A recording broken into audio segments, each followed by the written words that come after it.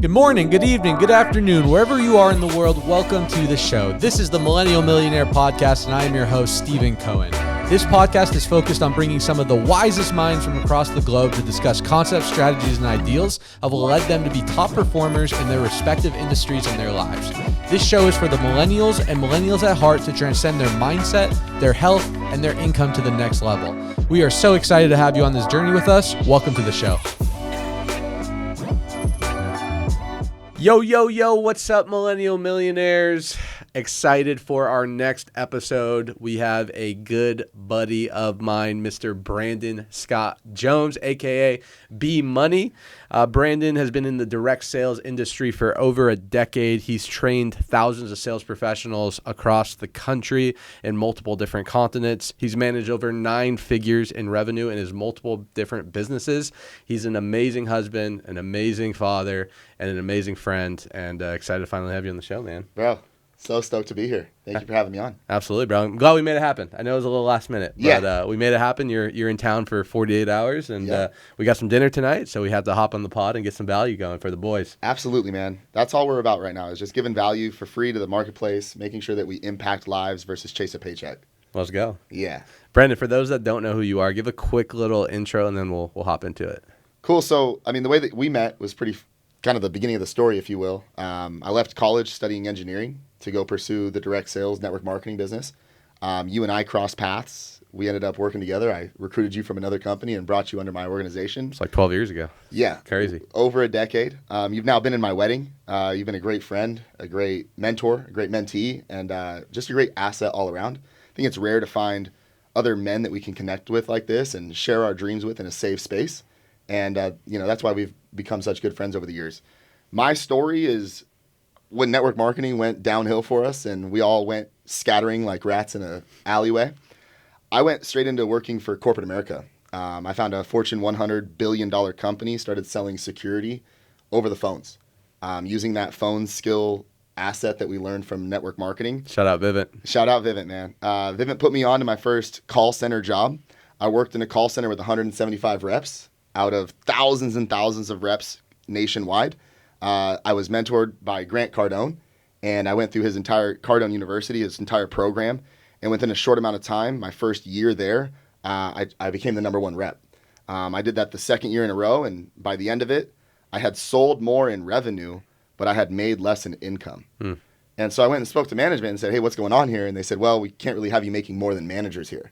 So we'd like to invite you to leave.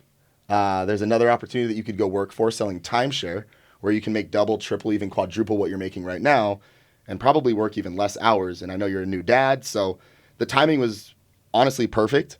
I went to go work for Wyndham selling timeshare. And again, I was in a call center, not face-to-face. And so you get way more repetition when you have a phone job versus when you have a face-to-face job.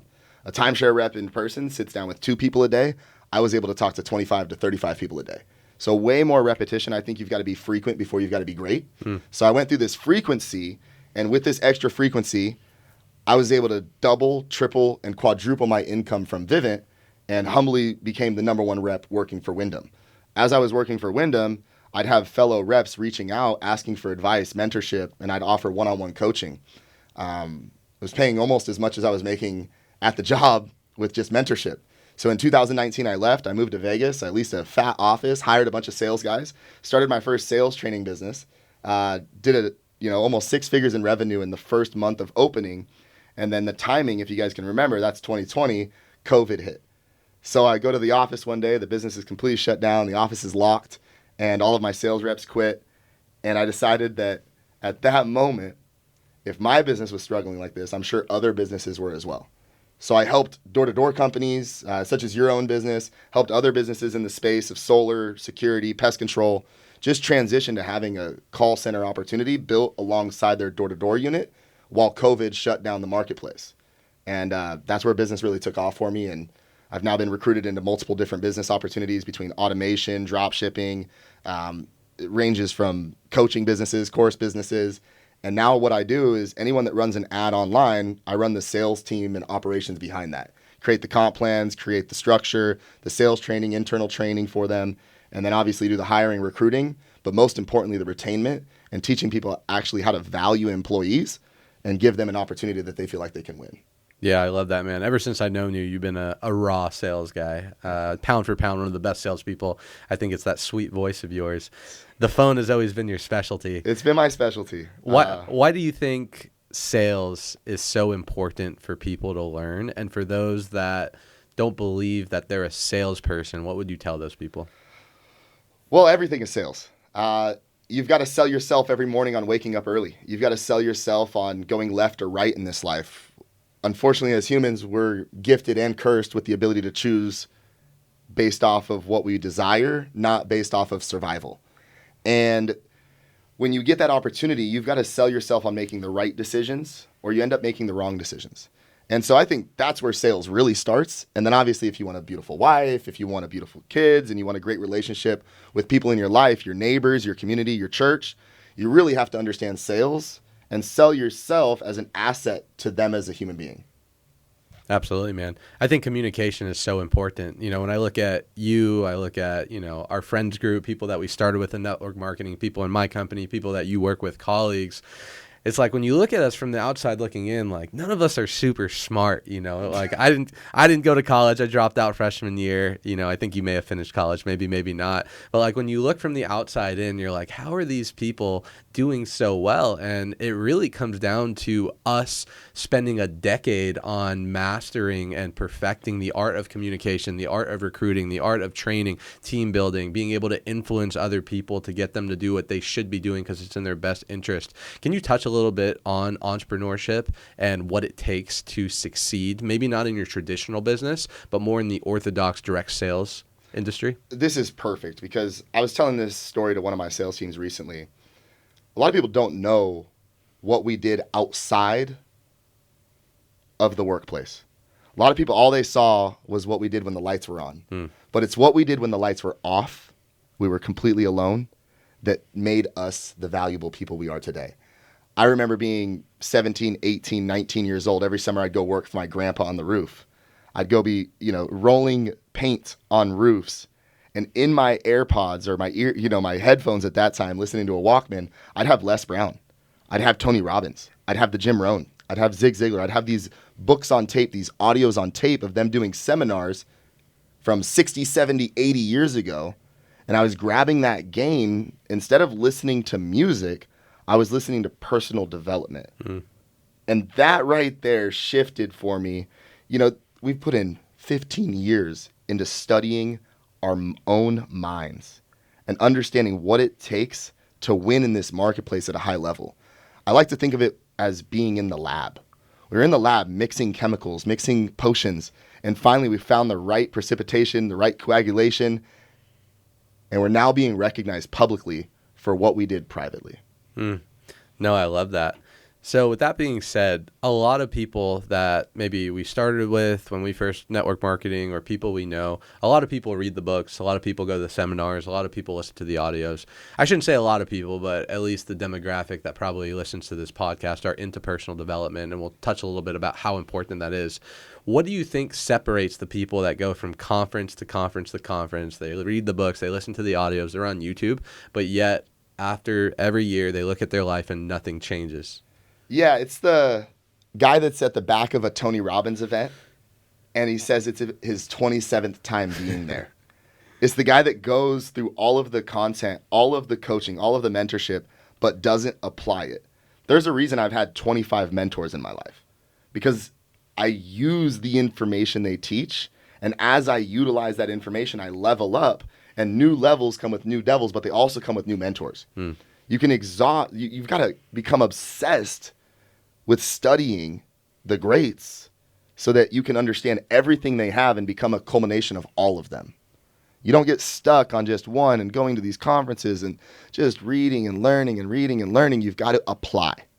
And it's the application of what we learned that separated us from the other people. And, quick story on this. I had a roommate when we were in our network marketing business. I had books that I would buy every single paycheck. I would spend 10 to 15 to 20% of my income just on books. This roommate would come into my room, take a picture of the front of it, post it to his Instagram, walk out of the room, put the book back on my table. It's showing people that there's quality books out there, but actually reading and applying the books is what separates the people that were in this for 2 years and the people that have been in it for 15 years. Like we were talking about earlier, is time will either expose you or time will promote you.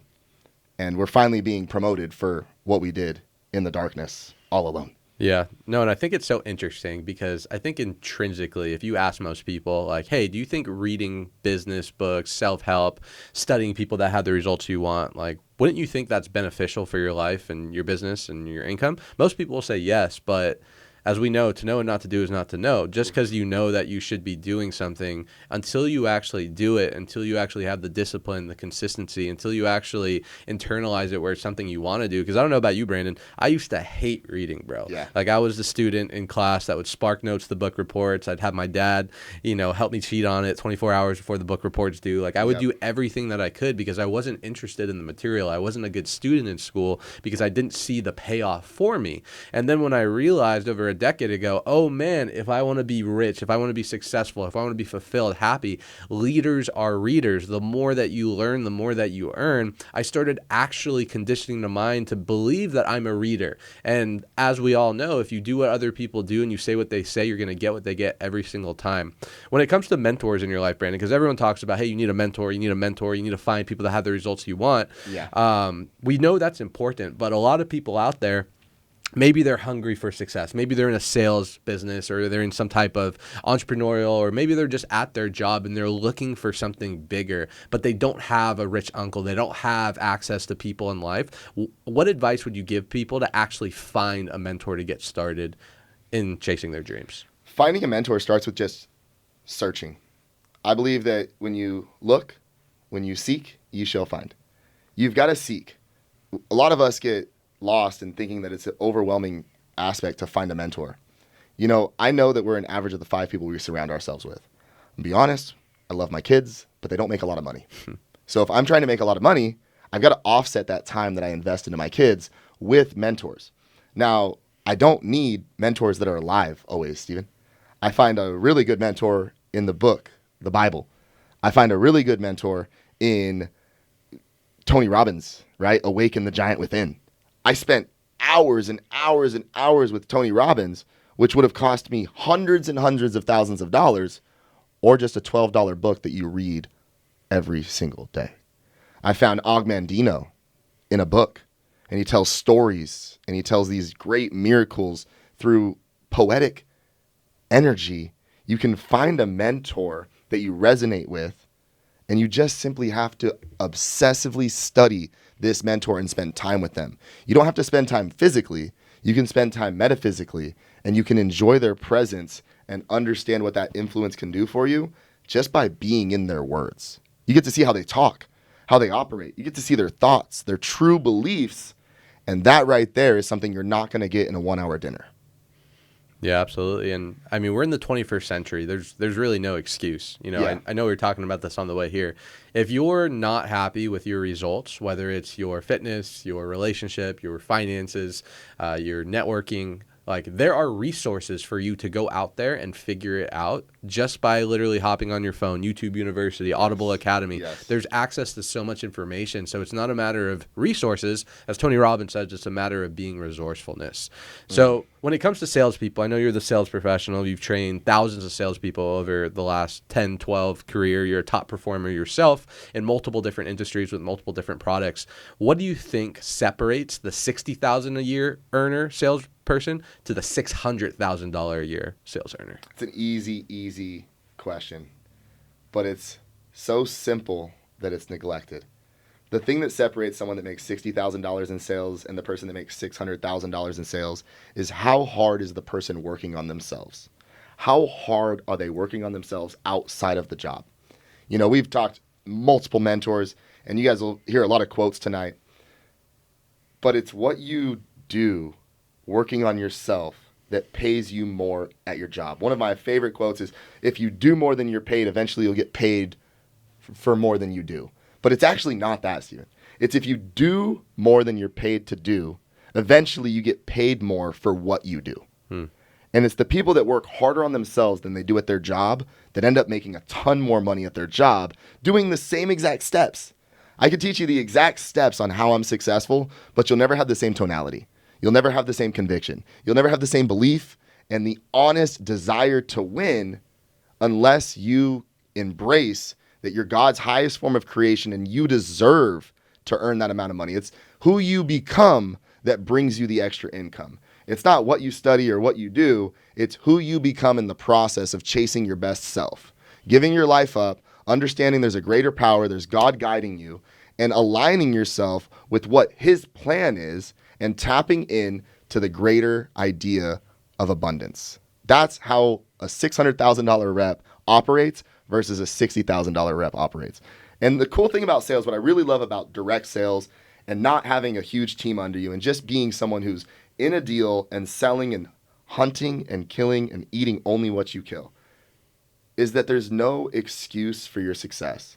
There's no timing that impacts it. There's no, this person just had a great social media following or XYZ. It's literally just you and another human being and being able to convert that human being, help them solve a problem in their life, and help them get into the deal that you're encouraging them to get into. And that power comes through conviction and comes through belief in yourself, of knowing that you're an asset to this person that you're sitting across from and that you're able to encourage them to make a decision now versus pushing it off to later. The $60,000 rep is going to let them call them back next week.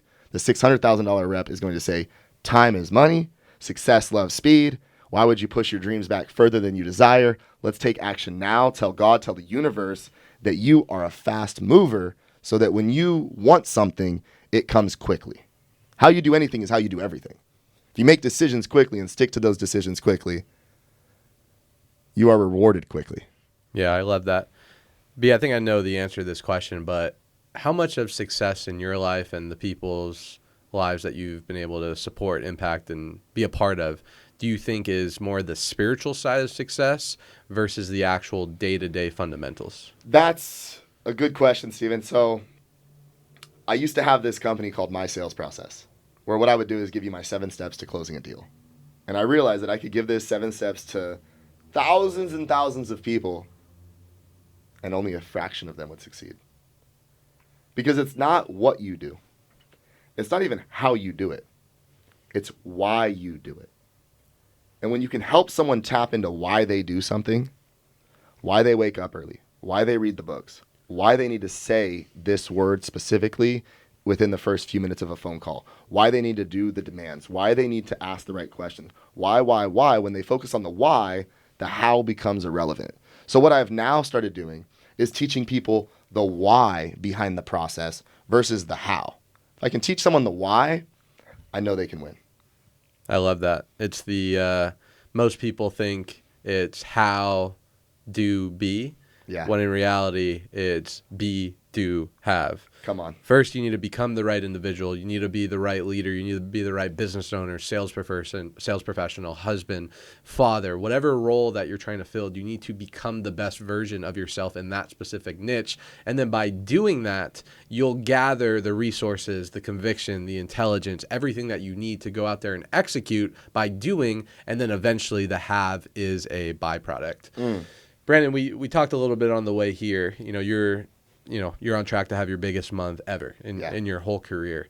And I've known you for a really long time. And just like anyone, myself included, any type of person going after their dreams that have big goals, you go through ups and downs, right? Yeah. It's not just all sunshine and rainbows. No. You don't just make it and then things are great. You go through different peaks and valleys. You go through different challenges to help form you into the person that you need to be to allow yourself to attract the results that you're ultimately trying to attract. What do you think has been the shift for you personally these last 2 months, 3 months, 6 months, year that have allowed you to break that glass barrier in your income in your life? Man, I'm going to do my best to not get emotional here. But one of my best friends in life was my grandma. And my grandma recently passed away 18 months ago. R.I.P. I love her. It's not something I'll get emotional about. But what I do get emotional about is the idea that Stephen Covey explains on his book, 7 Habits of Highly Effective People. If you read just the first page of any book, the first page of a chapter, you should read this book right here. What it does is it talks to you about walking into a room that's unfamiliar, but you see a ton of familiar faces. You go to greet someone that you recognize, your mom, your cousin, your auntie. You go to greet them and they can't hear you. It's kind of like one of those dreams where you go to scream, but nothing comes out. And you walk around this room and you finally walk to the front of the room and you see that it's an open casket and you're the one in the casket. But no one can hear you. So frustrated, you go sit in the back of the room and you watch as your mom goes up there, your grandma goes up there, your grandpa goes up there, the bagger at the grocery store goes up there. Everyone you've ever met in your life goes up on stage and says the impact you either did or didn't have in their lives. They talk about all the sacrifices they made so that you could live the life that they wanted for you. They had this huge plan, this huge idea for you. But instead of living up to that potential, maybe you let them down in one way or another. And thinking about that, at the age that we're getting to now, Stephen, I decided no more. No more am I going to be playing small. No more am I going to avoid what my God's calling is, which is the gift of gab, and being able to connect the 18 inches between my mind and my heart and letting them flow out my mouth. I'm going to go public and share more value with the marketplace because I know that we get back what we give. And I know that my grandma wants to see me win at a high level. She had a big, big goal for me, a big dream for me. And I just can't let that down. I know she's on my shoulder watching out after me. I've been in the Word every single morning at 3 a.m. I have made sacrifices on sleep. I have made sacrifices on habits and other aspects of my life that were holding me and restricting me from going at my full potential. And I eliminated those distractions like a governor off of a car so that I could go as fast as I could. Because grandma passed away at what I feel like was a very young age. And I know that if we just had an extra 3 hours with a loved one, we would do anything in the world to have that back. But we're our greatest loved one, Stephen. And I know that I might not have tomorrow. I might only get another 3 hours with me. And I love myself more than anything on this planet, as we should. And so why not tap into my peak potential? Why not go after my dreams with an unrelenting, unapologetic fire to chase what I feel is mine, what God says is mine, what my grandma said was mine? Come on. So when you say what kickstarted this, man, what kickstarted it is losing a loved one and realizing that I loved her, but I love myself more than anything on this planet, and I'm not going to cut myself short of those extra 3 hours I want to spend with myself. So I break my day down into 3 hour increments. Every day I'm breaking it down into 3 hours. What are you doing for the next 3 hours? 3 hours, 3 hours. Lately I've been breaking it down into 1 hour, and eventually I'll get to breaking it down into 15 minutes as I accelerate this life. And I'm taking that time very serious because time is something, it's the only thing that you can't go out on the street and panhandle for. You and I leave our wallet and our phone dies. We both have money, but we run out of gas and we're at the gas station. We're good salespeople. We could go get $20 and we can get home for the day. But if you want an extra 3 hours, Stephen, there ain't nobody on this planet that you can go panhandle an extra 15 minutes for or from. It's not possible. That cognition, that realization is what sparked this best year yet, this best month yet. And 2024, as we've talked about, is a shifting season. Time is either going to expose you or promote you, and the people that have been in the lab mixing the little chemicals, we can feel that and sense it. We can smell it in the air. We can feel it in our loved ones. We can feel it in our friend circle. Everyone's leveling up right now. And it's because this is something that everyone's starting to recognize. We're getting older. We don't know how much time we have left. And if you are gone tomorrow, what would you do with your last day today? I know for me personally, I would want to do my absolute best to be my best self.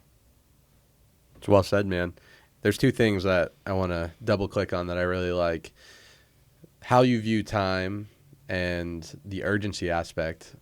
When I talk to people, I've had, a handful of people on the show, most that are extremely successful in their own rights in their industries. And one of the common things that I've noticed from high performers is they value time differently. Mm-hmm. They look at time differently. The 6-figure earner looks at time different than the 7-figure earner. The 7-figure earner values time different than the 8-figure earner and the 9-figure earner. And maybe if you're listening to this, like value time, what does that mean?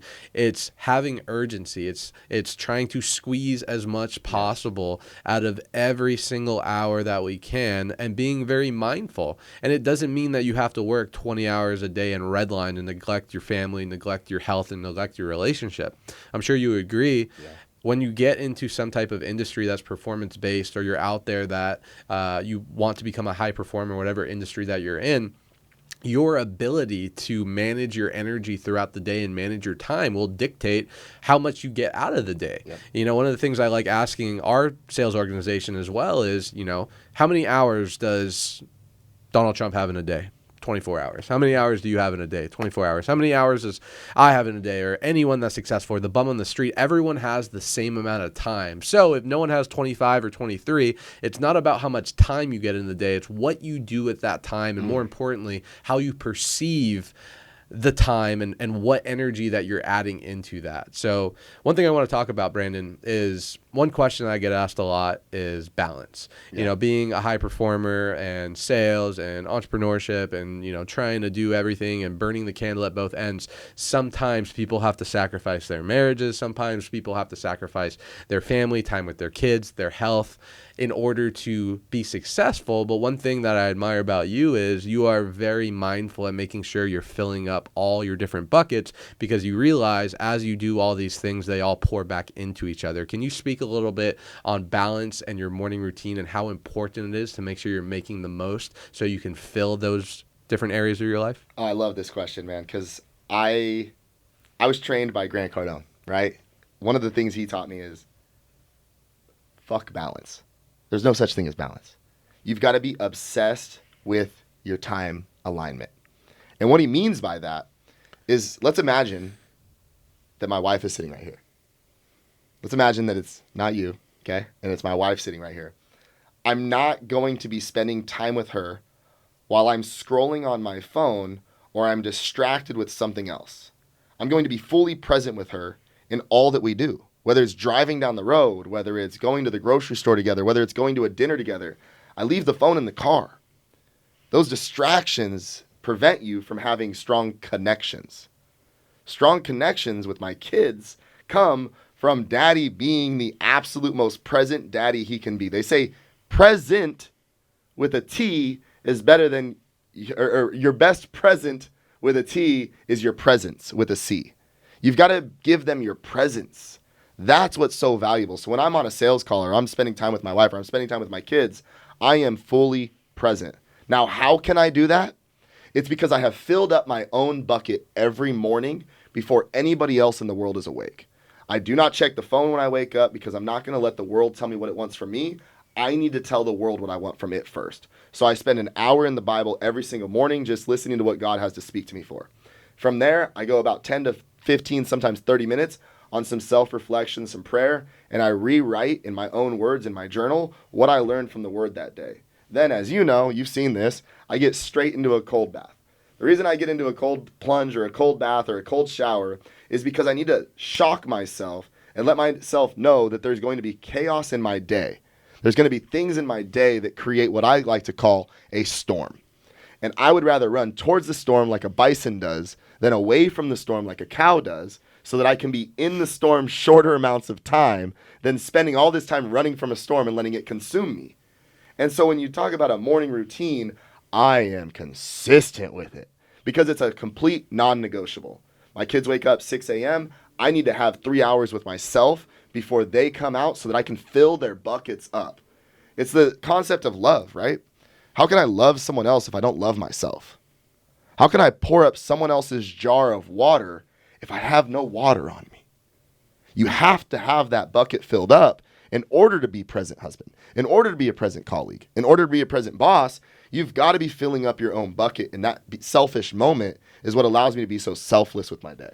Yeah, no, I love that. And, you know, morning routine is something that is getting very popular in the personal development space. And I don't think it's you have to, you know, meditate every morning and do this and do that, because it becomes so constrained that people don't feel like they can follow it consistently, and then they end up not doing it. I think And I'm with you. The cold plunges are amazing. We can touch on that. But I think it's just finding what works for you in your morning to give yourself that time. Yep. If it's a cold plunge for you, if it's time in prayer, if it's time in your journal, if it's time with your kids, whatever that time in the morning is for you, I think is extremely crucial. Because like you said, in the morning is really where you dictate your pace throughout the day. Mm-hmm. And if you don't allow yourself to ease into the day and take time and not be so reflexive to whatever is going on, you're not going to give yourself the best chances to show up in the way that you're supposed to.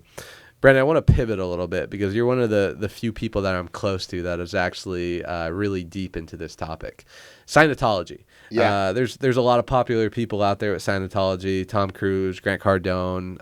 I've looked at it from a very surface level, but I'm always intrigued by our conversations and the impact that it's had on you, as well as your perspective, if you don't mind talking a little bit about it. Man, I'm an open book. You know that. I never hold anything behind a curtain, like the curtain behind us. I don't hold anything back.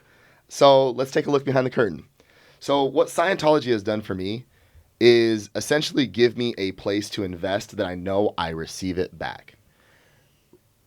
First time I ever invested in Scientology, I had a 7-minute phone call with someone there and I spent $35,000 in 7 minutes. What that did for me, Stephen, as far as the return from them, it's kind of negligible. However, how it helped me operate in the marketplace was exponential. I was now able to go to someone and say, you should probably make the decision now versus making it later, because I now have given myself the permission to ask for $35,000 in 7 minutes. It's impossible to do something that you've never done for yourself. It's impossible to ask for something that you've never done. It's very difficult to do that, to do it with conviction at least. Anyone can put on a fake smile and a fake face and ask for $35,000. But to do that with conviction and belief that you know their ROI is going to come to fruition, you have to be someone who has done that type of decision for yourself.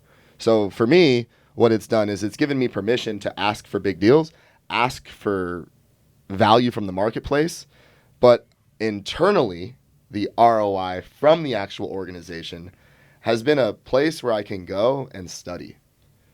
It's a lot less about the beliefs that come with Scientology versus how to actually study. One of the best things that I received, and this is worth the $100,000 I've spent alone, is just learning how to clear words. So they say that the reason we don't like to read books, they say the reason that we get confused or we get tired or yawn when we read a book. I'm sure you've been there, right? You read a book and all of a sudden, 10 minutes later, you're falling asleep. The reason being is you skipped over a word you didn't understand. So you go through a book and you read something like exalted. And exalted is something that we think we know the definition of. But to actually pull out a dictionary and look up what the word exalted means to be praised. But if you don't understand what that means and you think maybe it means, oh, it just means to be exited, or it just means to be, you get confused on a word, it prevents you from understanding the entire context and the entire paragraph. Mm. If you don't understand what a word means, it can destroy your confidence and make you feel dumb. We've said it before. You don't have to be smart to make money. It's facts. But you have to know how to study, and you have to know how to gain knowledge, at least a fraction of knowledge, so that you can go into the marketplace and apply it. And if you miss a concept, you're doing things differently and doing things incorrectly. I talked about reading Tony Robbins. I've talked about reading some Og Mandino books. I've talked about reading Grant Cardone books and going through knowledge and data.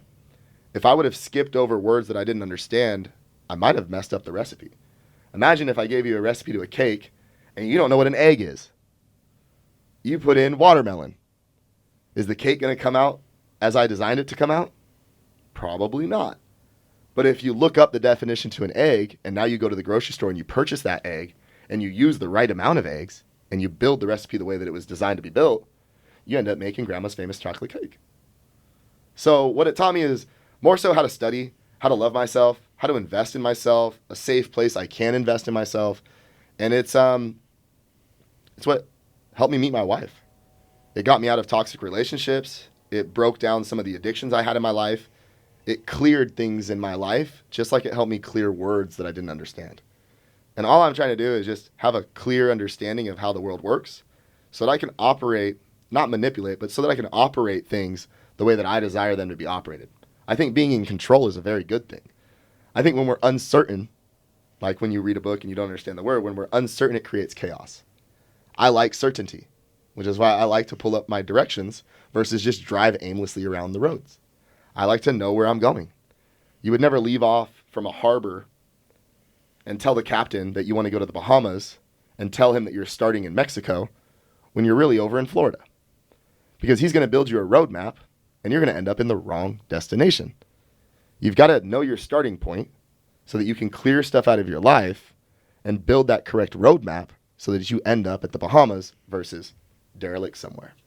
Yeah, no, very well said. And just to kind of touch on that, investing on yourself, I feel like a lot of people, again, they hear that and they're like, duh, the best investment you need to make is in yourself. Right. But are you actually investing in yourself? What does that look like? Maybe it's Scientology. Maybe it's going to a 3-day Tony Robbins seminar. Maybe it's betting on yourself and leaving that job to go into this performance-based industry that you're scared to, but you know it's going to change your life. Like, investing in yourself is the most important thing that you can do because you bring yourself wherever you go. You know, we were talking about this earlier, but it doesn't matter if your sales company went down, or it doesn't matter if the solar industry went kaput tomorrow. Like, we know that we would figure out a way to still go provide for our family because of the work, the self-image, the identity, the reputation, that not with other people, that helps, but more importantly with ourselves. And that came from keeping the promises that we made to ourselves. It came from being consistent. It came from doing the things that we didn't want to do consistently over a long enough period of time until you're in a position where now you have leverage and you don't have to do them anymore. So for everyone listening, like, take that step. Make sure that if you're investing into your relationship, if you're investing into your business, if you're investing into your job, you're not neglecting the most important thing in the world, which is your own mind, your own body, and your own temple.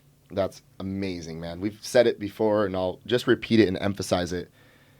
It's not, oh, I really want to have a wife, and then I will do things differently, and I will stop doing the stupid things I did as a single person, and I will start to be a better husband.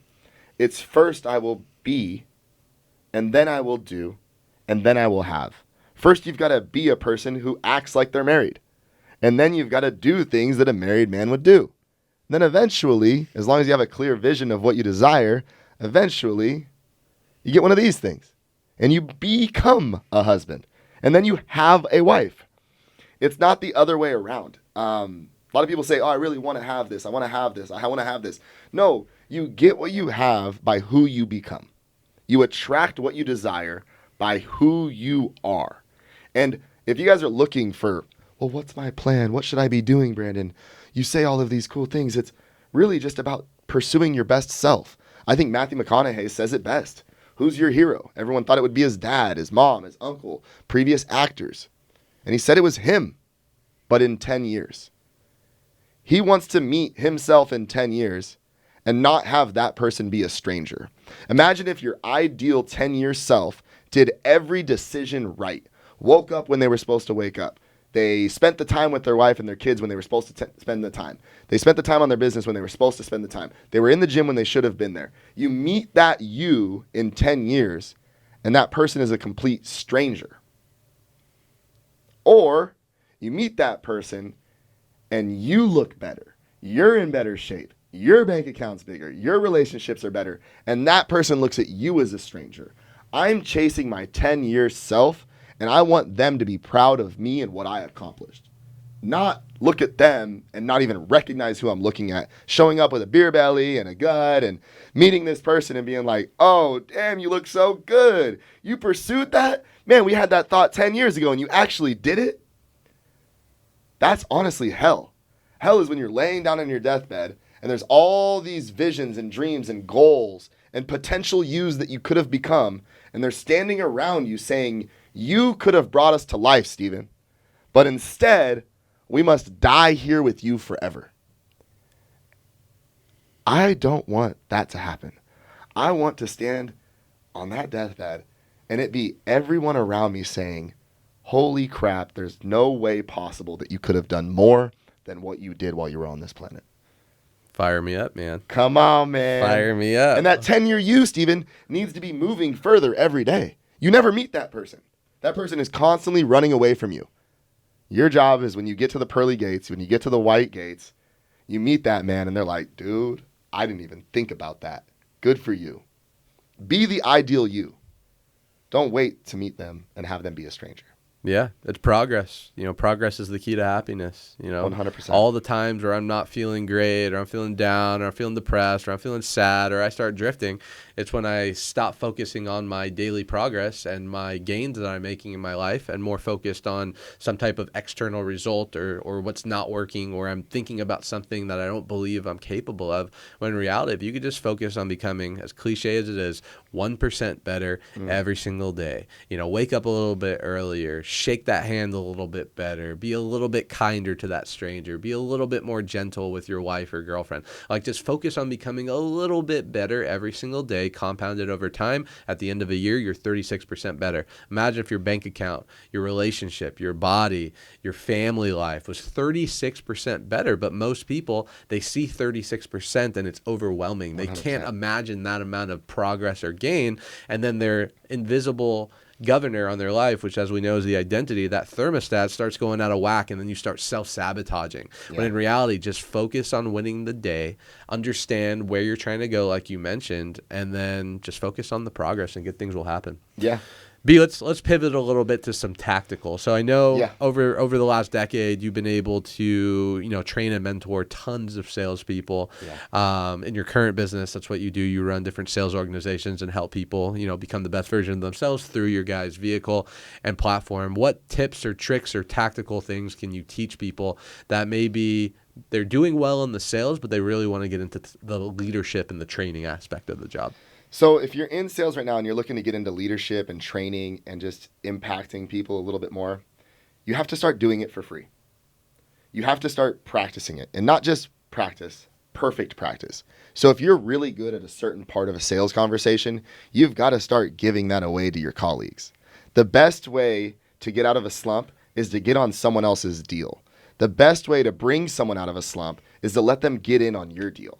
And so if you're in momentum, you're in a place where you're proud of, find someone who's not doing as well as you and bring them up along with you. I call it the 33 rule. You heard this one, Steven? I have. Yeah, you know this one. So you spend 33% of your time with people below you, helping bring them up. You spend 33% of the time with people on your level and on the same playing field. And then you reach for 33% of the people above you to get that knowledge, that mentorship, and that guidance so that you can provide more value to the other two 33s. And if you delegate your time that way, you end up becoming that mentor. You end up becoming that trainer. You end up becoming that leader naturally versus forcing it. And leadership equals influence, Steven. So the more influence you can have, this is one thing that a manager at a call center told me one time. He said, Brandon, you want that position? You want to become someone who gets overrides on everyone in this company? I said, absolutely, bro. That's a lot of money. I would love that. He said, then bring me 5 people in the next 6 months that can say, Brandon is the reason I am where I am today. Not in a bad way, right? Like, because influence can be good or bad. We've all heard of bad influences, right? The person that's causing you to drink at 2 a.m. and go out to the clubs and do all this and do all that. That's a bad influence. A good influence, aka if influence equals leadership, a good leader is someone who brings someone up, encourages them to reach their true potential, and brings them alongside the journey as they're doing it as well. Because we said it earlier, but to know and not to do means you don't know it all. To not know and to not do means that you think you know it all. And that's where you find your demise. I love that, man. That's one of my favorite things when I talk to salespeople about how do you level up and how do you build a massive organization and, level up in terms of your organization, your business, your company. It's how many people can point to you and say, you were part of the reason of their success story. And the more people that you can find that say, hey, Brandon, hey, Oscar, hey, Steven, you were a big part of the reason that helped me get out of my slump or took me from zero to hero. As a byproduct, you will become wealthier in joy and abundance and wealthier monetarily. Because the man Zig Ziglar says it best. If you help enough people get what they want, you get what you want by default. And most people, when they get into leadership, they're not focused on how many people can I serve? How many people can I help? And by doing that, naturally, selfishly, you will receive your reward as well. I heard something the other day. I kind of want to popcorn with you, Brandon. Yep. So we've all heard that you should be a selfless person. Yeah. Right? You're supposed to be selfless. And then when we hear the other side of the coin, being selfish, there's a negative connotation to most people. Yeah. I heard this, I think it was from Patrick Bet-David. He talked about this, but he said, being 100% selfless is actually not a good thing to society. Right. Because if you're 100% selfless, all you care about are other people and you don't care about yourself. So because you're not taking care of yourself, a 100% selfless person would be someone who probably doesn't make a lot of money, someone who probably doesn't take care of their body, someone who probably isn't a net positive to society, because if you're not filling your cup up, as we know, there's nothing to give other people. Fact. And then a selfish person, 100% selfish, isn't great either, because you would probably call them a narcissist. You probably wouldn't want them as a friend. You probably wouldn't want them as a business partner, because you know that they're going to look out for themselves over you. Yep. But believe it or not, the 100% selfish person is actually more of a net positive to society than the 100% selfless, because that selfish person at least is probably making good money. He's probably in shape. He's probably someone that you look at and be like, okay. Yep. So he said the best combination as a leader, specifically we'll talk about our industry in sales, is you want to be 70% selfless and 70% selfish. Yeah. Because, the opposite. 70% selfish, 70% selfless. Because as long as you're doing most of that by focusing on yourself and your own house and making sure your house is in order, but also being abundant and being generous and making sure that you're pouring into other people, that would be the combination that he would advise. What do you think about the selfish versus selfless combination? Well, I think you have to try it, right? You have to try to do things first before you go on the selfless route, right? We talked about tithing earlier. I love to tithe. It's something that I got a big goal for tithing next year. I want to give away a ton of money, build some churches in Nicaragua and El Salvador and third world countries. Big goals for myself. I'm doing that because I know the more I can be selfless, the more I have to be selfish. I have to create a big economy in my own universe so that I can provide for other people. The more you give, the more you're responsible to get. And if you flip that, the more you have responsibility to get, the more you're responsible to give. I think you've got to be selfish. Like, the only way that I operate at a high level in my business deal is because I spend time with the ones I love. And I get those connections. I call it my re-injection of energy. I go home, I have tickle fights with my kids. I take them to Legoland, Disney World. We spend quality time where daddy's not distracted so that I can get that injection of energy and take that and go give it away. The idea is this, Stephen, to become our absolute best selves and then give that away to the world. And we can't become our best selves if we're not selfish. You have to be selfish in order to be selfless. Like you said, man, if you're completely selfless, unfortunately, you're probably a burden on society, not a gift. My whole entire beingness is to never be a burden, just be a gift. Whether it's the grocery store clerk, whether it's the server at the restaurant, I can't tip well if I wasn't selfish with what I made. You've got to be selfish before you can be selfless. Well said. Let's talk a little bit about intention. How important is intention? Because it's one thing to do something, but it's another thing to have intent when doing something. And looking back at my own life, I feel like I've always had very pure intentions. So that gave me the confidence to know that, hey, whenever I show up to this meeting, or I try this new opportunity, or I have this big talk that I need to give in front of our sales company, I know that my intention is pure, therefore it takes a lot of burden away from me and I can go out there and deliver. But like we spoke about a little earlier, some people don't have the right intention when it comes to making money. And even though they're maybe crushing it right now, I don't know how sustainable that is long term. What's your thoughts? Well, pure intentions create a good rest at night. If you've got bad intentions, you're constantly looking over your shoulder. And Stephen, we spent lunch in a very public area, very nice clothes, very nice car. And not once did we have to look over our shoulder. We're not creating enemies in this world. We're creating friends, and we're putting people on versus taking from people. One of the things I know is if you constantly are trying to take, you're living in lust. But if you're constantly trying to give, you're living in love. I want to provide value to you, Stephen. I don't ever want to take value from you. You and I feel like we have a very equal value exchange. In order to get value, you must give value, and vice versa. So it comes down to intention. Everyone thinks that intention is reality. False. Just because I meant good doesn't mean that it always is good.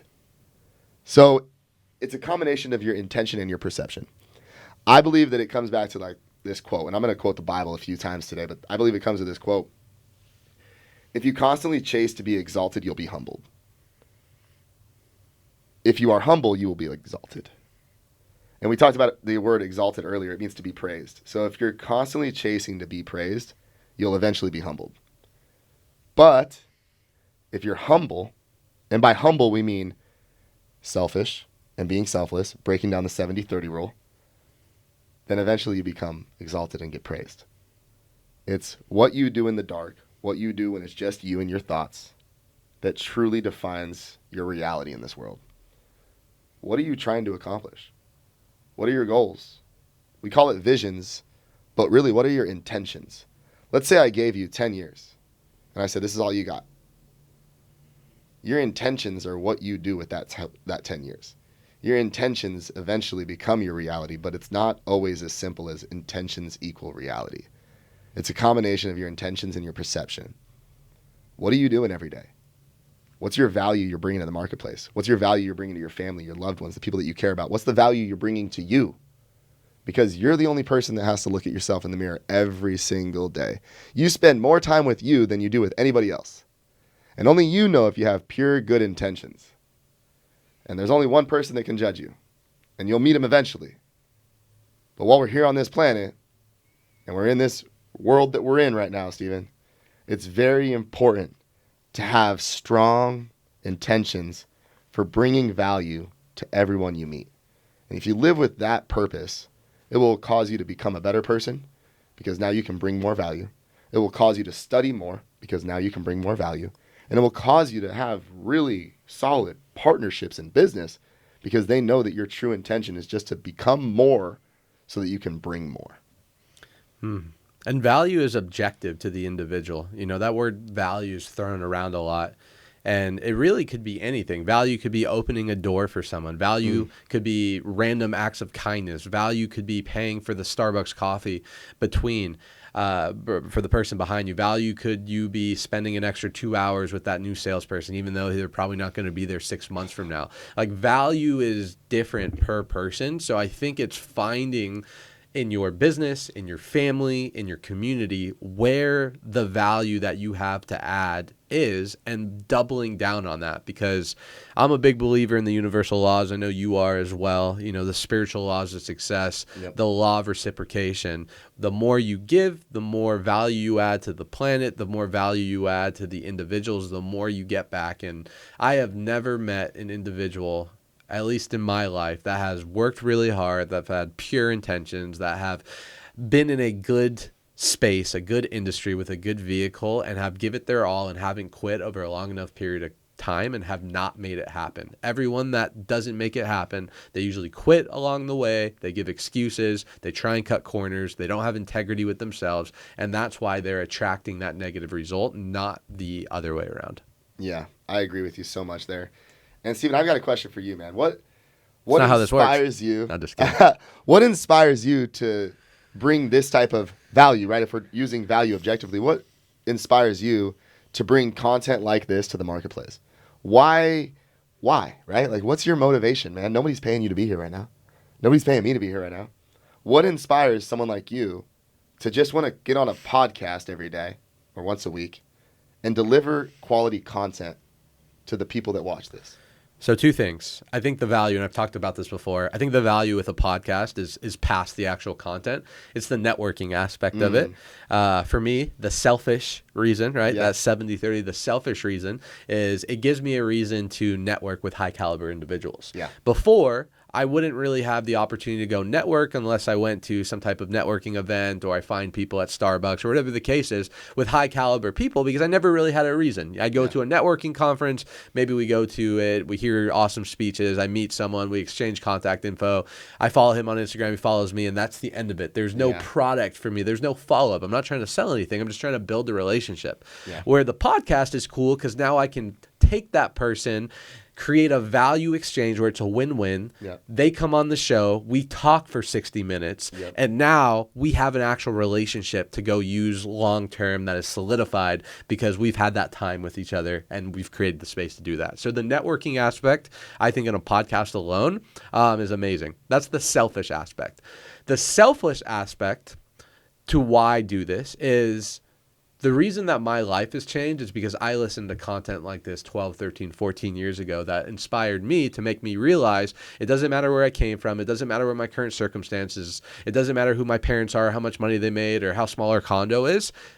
This can create magic in my life because it allows me to dream again, and it opens my mind to what's possible in other people's lives. When I first got into entrepreneurship, just like you, social media wasn't as big as it was. Podcast wasn't as big as it was. Right. It was right on the verge of this social media 21st century information age. Yeah. And as soon as I realized how powerful it was, I feel like I utilized it pretty well. And it allowed me to recondition my mind to get out of poverty and step into abundance. Yep. So because personal development and the universal laws and all these concepts that we're talking about and I talk about on the show have made such a big impact on my life, not just monetarily. It's changed how I look at myself. It's changed the type of people. It's changed the way that I interact with my family and my community. Like if you ask people that knew me pre-high school, like who I am today, completely different individual. And a big reason is because I have access to information like this and I've decided that I want to change my life because I was inspired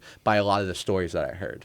So I would say the main reason is just giving back what's given so much to me. And it's actually something that really fuels me. I believe that the best way to sometimes learn something is to teach it as long as it's internalized. So by us talking about these concepts, you get value because obviously you get a platform. Yep. We continue to strengthen our relationship. But for me, more importantly, I'm able to continue to reinforce concepts, ideals, and beliefs that have made such a big impact to me. So when I leave this podcast, I can stew on a lot of the information we talked about. I love that. So I asked that question kind of seated. It seems like, just from the time we've spent here already, it seems like we're talking to ourselves 10 years ago. I don't even really think that we're targeting a specific individual with this, other than this is something we needed to hear a decade ago. And if it was explained by us in 10 years, it probably would have resonated a little bit better, a little bit quicker, and we might be a little further along if you 10 years from now was telling you the concepts, the ideas, and the visions that you should be practicing in this moment. 100%. And I try and tailor to it. I try and tailor my content and the conversation to what is something that I wish that I heard when I was a broke college student, when I was someone that had low self-esteem, that didn't believe in myself, that didn't realize how much potential that I had and that human beings in general have to go out there and chase their dreams.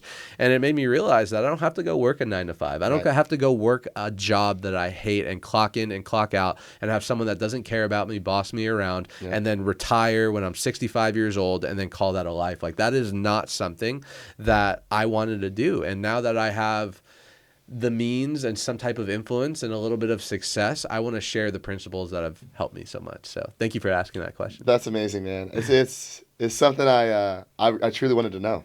I've known you for a long time, and looking at the speaking ability you have now versus a decade ago, I mean, we're talking night and day. And it feels like just from being in your presence in this moment that you're talking to Stephen Cohen 10 years ago and saying, dude, wake the fuck up. It works. I promise it works, bro. Keep the discipline going. And dude, there was those countless nights, man. I mean, we hit rock bottom probably more times than anybody else, which is why we are where we are today. We went through rock bottom, which is why we love the cold plunge. We want to face the storm. And if I would have had someone, myself or you, telling me, this is where you're supposed to be right now. Embrace it. Enjoy this moment. Versus hiding with substances, avoiding the reality, and trying to numb the darkness and the rock bottom moments.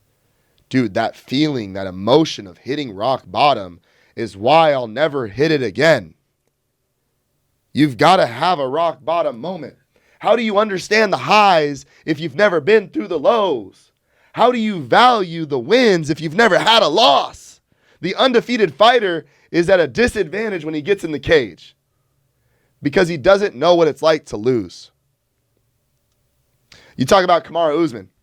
Met him, heard him do a speech. He said, the reason I perform the way I do, the reason I get into the cage and win the way I do, is because I act as if I am in second place. I'm not the champion. I've got this hunger, this desire, this fire to win because I put myself in a place of darkness.